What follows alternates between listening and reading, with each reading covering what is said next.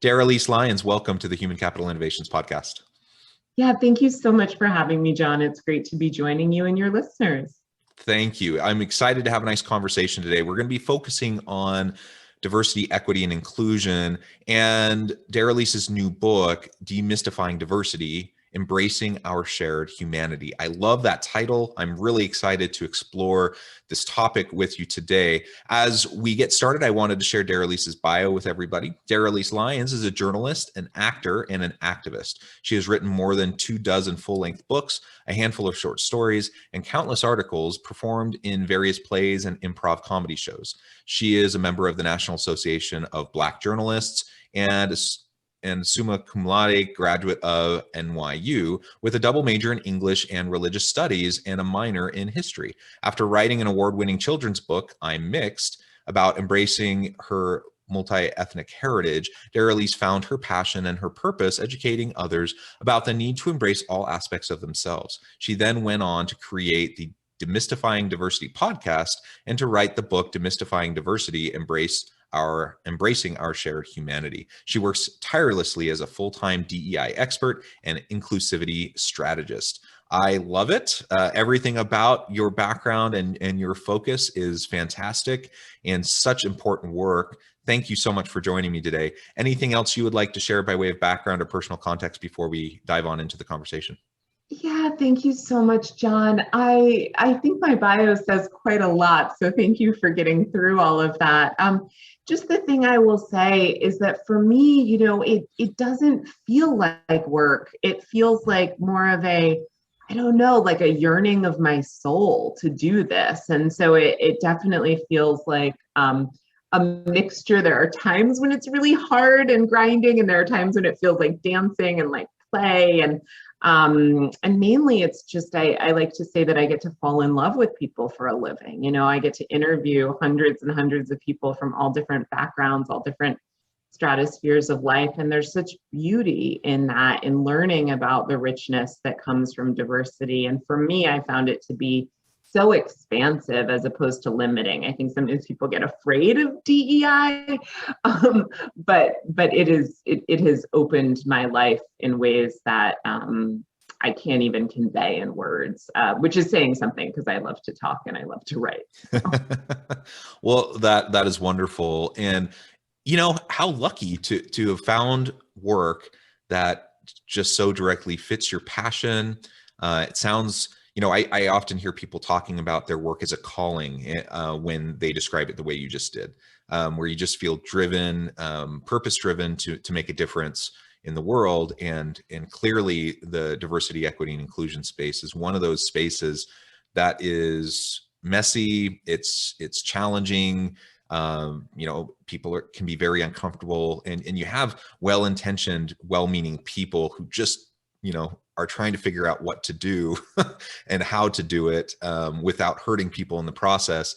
And that's a really hard thing. And so this space is a challenging one. There's lots of tension. And, like you said, every job, all work has the stuff that we don't always love doing, some of the tedious stuff that has to be done. But it is wonderful when we can connect with our purpose, our passion, and our, personal calling, if that's what we want to call it. Yeah, and I mean, maybe I'm biased here. I mean, I know I'm biased, right? Like that's part of the work that I do is looking at the fact that we as human beings all have biases. But I believe that anyone can benefit from exposure to different people, different experiences, different learning. So, I think sometimes people do themselves a disservice by, as you said, the work can be uncomfortable and sometimes you don't know what to do. And I find that many people will push up against that edge and maybe take a step back or stop doing the work or stop engaging in meaningful ways. And I have found that to be so counterproductive. It's like any other skill, right? And if I wanted to learn algebra, I would probably make some early mistakes as I was learning algebra, but it would benefit me to kind of keep pushing through and maybe get some coaching and maybe read a little bit about it and, and continue to engage with the material. And I think diversity, equity, and inclusion is certainly a far more enriching. Perhaps I've used it far more than my high school algebra. I'll just say that. So, yeah.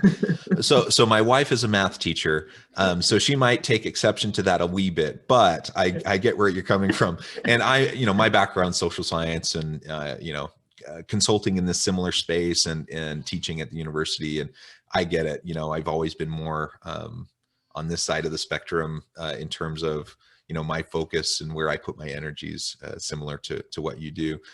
So tell me a little bit about how you found yourself in this space. Why did you end up focusing on DE&I, and how did you get into your podcast and writing your book? Yeah, so I'm 37 now, and I want to say that I was born into this work because I'm biracial, and so my mom is white and my dad is Black. And I was really lucky, looking back, to have been told that that was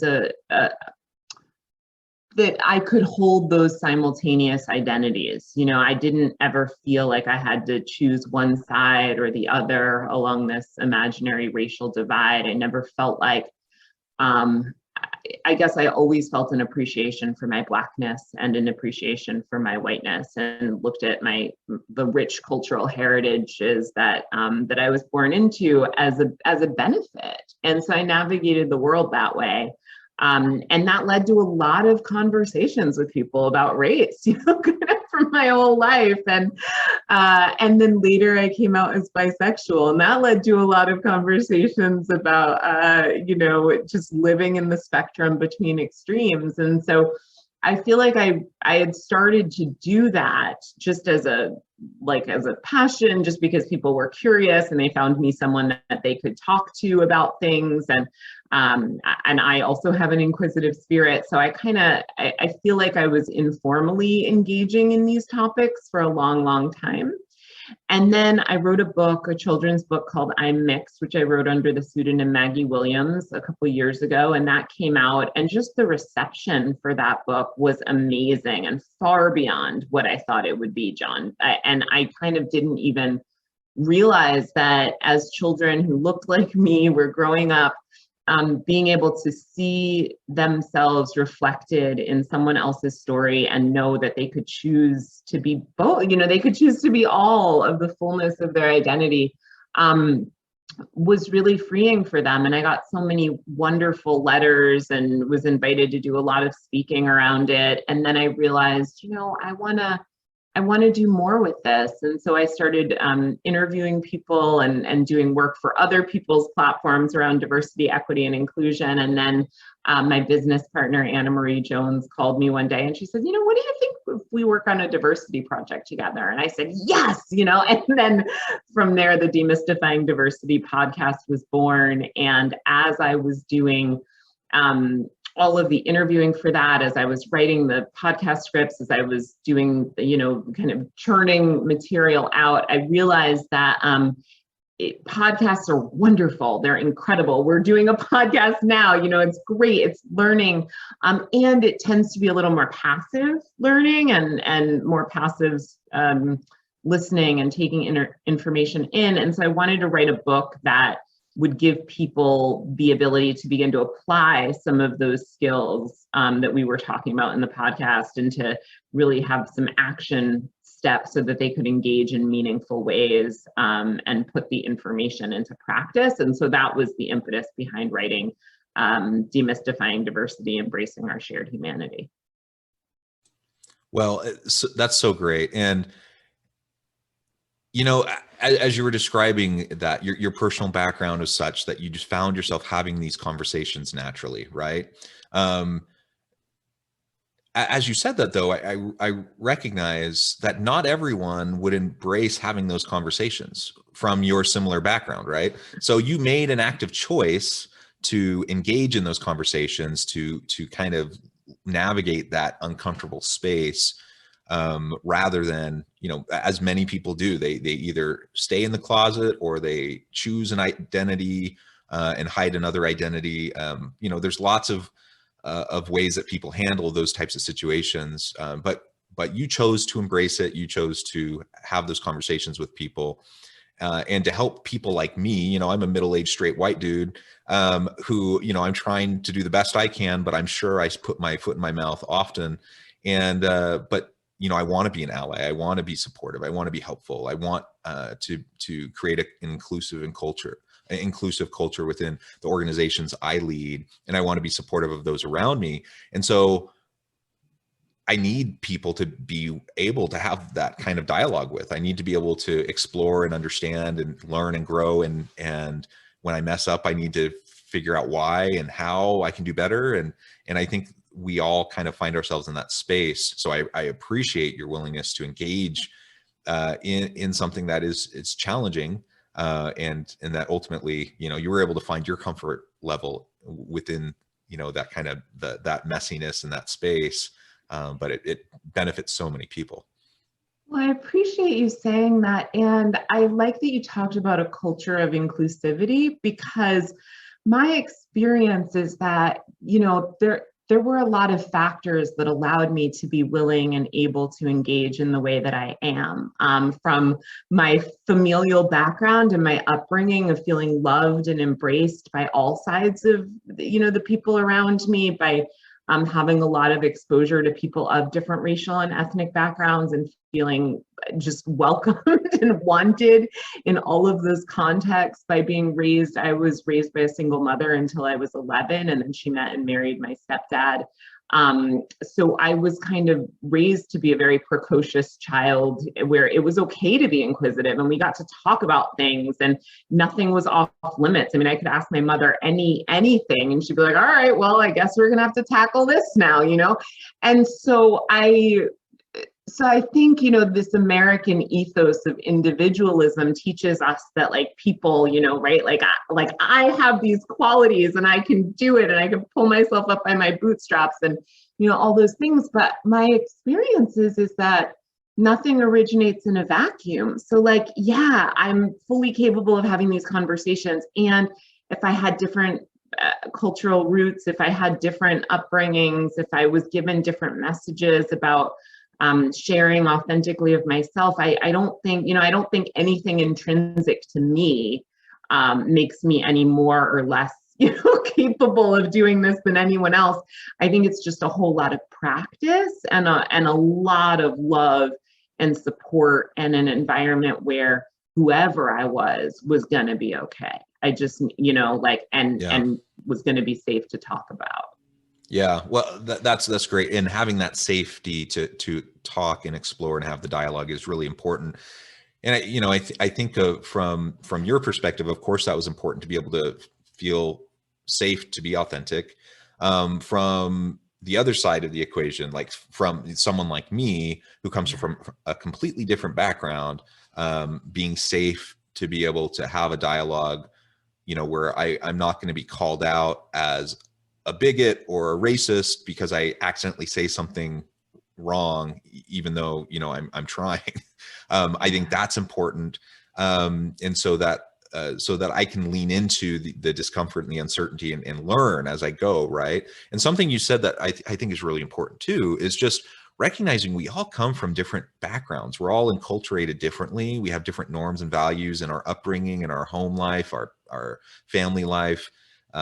You know, all of that, kind of the aggregate of all of that makes us who we are, for better or worse. And so part of what I think is so important about the DE&I discussions that happen is that we don't give a pass to people being bigoted or racist, but we recognize that a lot of times, largely from no fault of their own, they were brought up in an environment with certain ideas that got kind of ingrained and embedded into their psyche that have to be undone, right?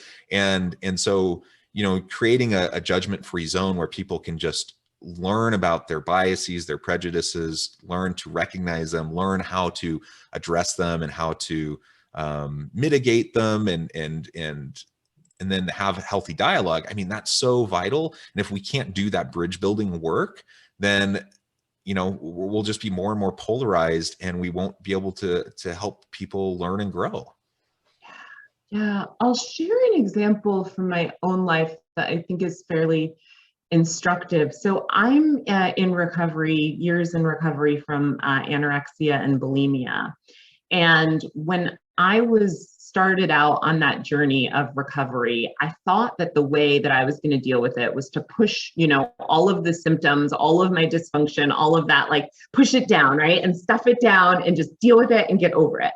And what I learned as I began to deepen my recovery was that actually it was in learning to love like all the parts of myself, all the crevices, all the crannies, to expose all the things to the light and really look at like, okay, well, what is driving me and what is going on and what are the things that are dysfunctional or pained or whatnot. Like as I started to begin to expose that more and more and more, I started to really have an authentic sense of self-love and humility, and humility at the same time, because like it's not always fun looking at that stuff. But it was great. Like I got to love myself the way that I was loved by others and the way that I was taught to be as a child, in the process of kind of doing this deep recovery work. And why I share that is that I think people often will do the same thing when it comes to an uncomfortable topic like racism or bias or prejudice. It's like, in trying to stuff it down, we actually intensify these things. And so I'm not saying if you have a prejudiced thought or you have a racist thought, like you need to go and tell the person that you're judging, this is what I'm thinking of you. That's not what I'm saying at all. But I'm saying that, notice if biases are coming up for you, if you're judging a person who presents a certain way or whatever, write that down, make a note, journal about it. Challenge yourself to investigate, like, okay, if I'm judging a member of this race or this religion or whatever, what can I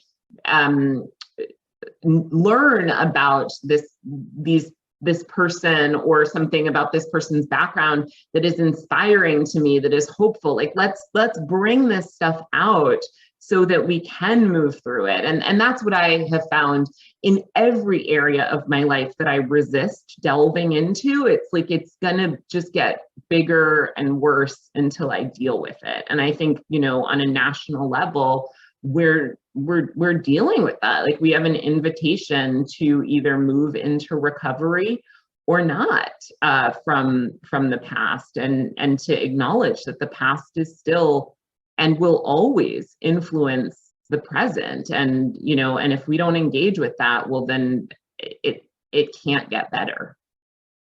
Yeah. Yeah. I love that. So everything we're talking about, I think has a lot of relevance to individuals listening. I need to do that inner work, that self work to recognize my implicit biases, my prejudices. I need to learn from the lived experience of others who are different than me, so I can learn to appreciate their background, their story, their the challenges that they face, and develop some more compassion and empathy for them. So on an individual level, that's super important. But we do a lot of this work within organizations. There's tons of research that talks about the benefits of diversity, equity, and inclusion in the workplace. It's very clear that diverse workforces are more innovative and creative, bottom line results for organizations. And we could run down, all of those stats, but the problem still persists. The business case for diversity, equity, and inclusion is crystal clear. The human case for diversity, equity, and inclusion is crystal clear. If we're going to be good, moral, ethical people, we need to treat everyone with dignity and respect. That shouldn't be in question. Yet the problem persists. In organizations, we still have all sorts of challenges around having an inclusive environment and a safe environment.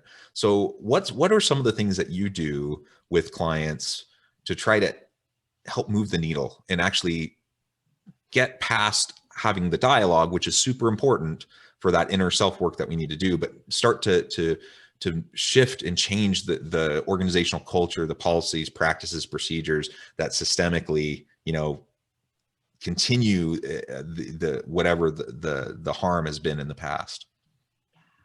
Absolutely. I love that question.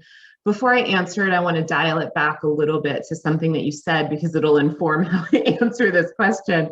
So, John, you spoke about how, the human case is crystal clear. You talked about how, it helps us to be more empathetic. It helps us to be a better person. It helps us to just be good relatives to one another. And I want to give another reason why it's actually highly important is because most of us walking around today are being driven by internal forms of oppression that we are not cognizant of, right? Like messages that you were told that when you were 5 years old about how you needed to be, because of your gender, because of your race, things that you experienced in terms of feeling left out or isolated, right? Like we're all of us are kind of carrying certain wounds, certain messages, certain beliefs about what is and is not permissible. And so I have found that as we engage with diversity, equity, and inclusion work, as I engage with this work, not only does it help me to be better to others, but it helps me to be more fully and authentically myself. And so I just wanted to say that, and it helps the people I work with are like, oh my gosh, I didn't realize that I was oppressing myself in this way. I didn't realize that, I could like let my hair be natural and enjoy that as opposed to straightening it because that's what I was always told to do. Or I didn't know that just different things come up for people, and it really helps them in their personal life and in their parenting and in, a lot of things in the home life. And so why I share that before going into the organizations and the work that I do in organizations is because I think that as long as we make this work about someone else, the motive isn't quite there. The drive doesn't tend to be there as much as if there's a self-interest involved. And even to the extent that we make it about like, okay, well, let's look at the profitability of businesses, which increases, let's look at inclusivity and why, the ideas and the innovations are better. Well, that's all well and good, but I think most of us we're all wired with that flight, fight, freeze response. And so when our backs are to the wall, we revert to old ways of being. We kind of like our automatic programming takes over. And so I find that when people start to really feel themselves shifting in positive ways and stepping into a more empowered version of who they are, they get on fire about this work and it becomes really, really exciting. And you kind of, then you're like, okay, stop, like it's all right. You don't have to do it 24/7. So I try to really kind of enter into it in a way where the focus begins on self and then moves outward. And I have found that is way more effective. So like when I'm working with coaching clients and stuff, I'll ask them, okay, well, what are some biases that you hold against yourself? What are some judgments that you have about what you're allowed to be and do in the space? What are times when you have felt personally ostracized or uncomfortable? Like, let's talk about that first. And then when we start to talk about that person starts to realize, oh my gosh, this is what I would need to feel safer.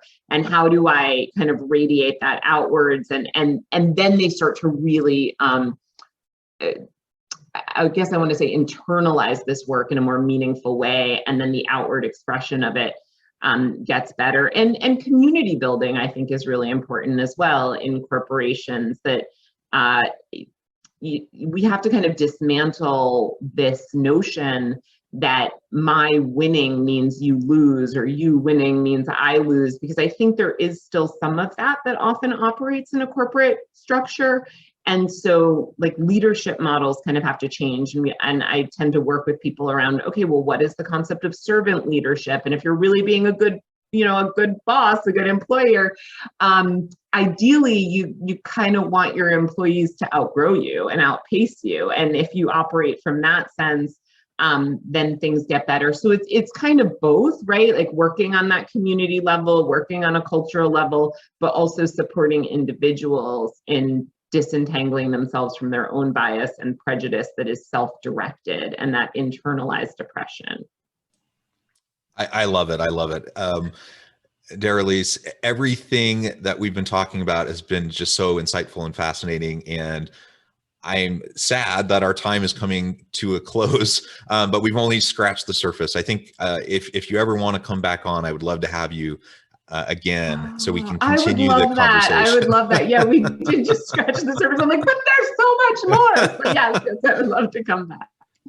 But before we close today, I just wanted to make sure I gave you a chance to share with listeners how they can get connected with you, find out about your podcast, your book, the work that you do as a coach and a consultant, and then give us the final word on the topic for today. Sure, absolutely. So there's two primary ways that people can contact me directly. You can either go to demystifyingdiversitypodcast.com, or you can go to daralyselyons.com, and my name is spelled DARALYSELYONS.com. The Demystifying Diversity podcast is available anywhere you listen to podcasts, and the book Demystifying Diversity, Embracing Our Shared Humanity should be available in bookstores everywhere, but depending on pandemic restrictions, you may still want to just order that online. And I guess yeah, what I would encourage your listeners to think about today in terms of like what's a current actionable item that they can take from this is to think about something in your life that would get better if you could give yourself permission to be more fully who you are. And so I would just encourage people to think about that. So for example, I did an episode on fat activism and fat liberation, and people talking about sort of diet culture and how painful it is to be in bodies and be judging themselves. So like, what if you could just be you today, right? And not judge your body, or if there's an element of your sexuality that you'd like to express, or just something, just think about, if the world were a safer place, what would I let out? What part of me would I express? And then find someone to share that with. Just find a place of connection and intersection with someone where you can create a moment of safety and a moment of authenticity, because I think that is the work of embracing our shared humanity, and it begins often by leading with vulnerability, not expecting other people to be the first to go with their vulnerability. Yeah, that's wonderful. Well, thank you so much for joining us today. It has been a real pleasure. I encourage listeners to reach out, get connected with Daralyse, check out her podcast, her book, see what she and her organization can do to help you. And as always, I hope everyone can stay healthy and safe, that you can find meaning and purpose at work each and every day. And I hope you all have a great week.